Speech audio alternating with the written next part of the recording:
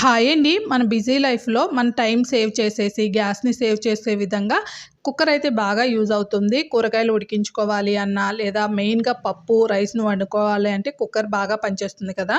నార్మల్‌గా పప్పు వండుకుంటే గంట టైం పడుతుంది. కుక్కర్‌లో అయితే 5-10 నిమిషాల్లో మెత్తగా ఉడికిపోతుంది. కానీ కుక్కర్ అప్పుడప్పుడు విజిల్ రాకుండా, ప్రెషర్ రాకుండా మనల్ని ఇబ్బంది పెడుతూ ఉంటుంది. అలాంటప్పుడు గ్యాస్ కట్ లూజ్ అయిందేమో, లేదా కుక్కర్ ఏమైనా రిపేర్ వచ్చిందేమోనని మార్చేస్తూ ఉంటాము. అలా కాకుండా ముందుగా ఒకసారి ఇలా ఈ చిన్న టిప్‌ని ఫాలో అయిపోతే మీకు బాగా పనిచేస్తుంది అండి.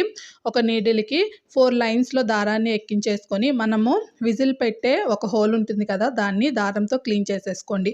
అలానే మూత లోపల కూడాను హోల్స్‌ని నీట్‌గా ఇలా క్లీన్ చేసేసుకుంటే మనకి రైస్ కానీ, లేదా పప్పు పైన ఉన్న పట్టు కానీ ఏదన్నా ఇరుక్కొని ఉన్నా ఈజీగా వచ్చేస్తుంది. తర్వాత కాస్త కోకోనట్ ఆయిల్ వేసేసామంటే మనకి జన్మలో కుక్కర్ రిపేర్ రాదండి. బాగా పనిచేస్తుంది. నచ్చితే లైక్ చేసి మన ఛానల్‌ని సబ్స్క్రైబ్ చేయండి.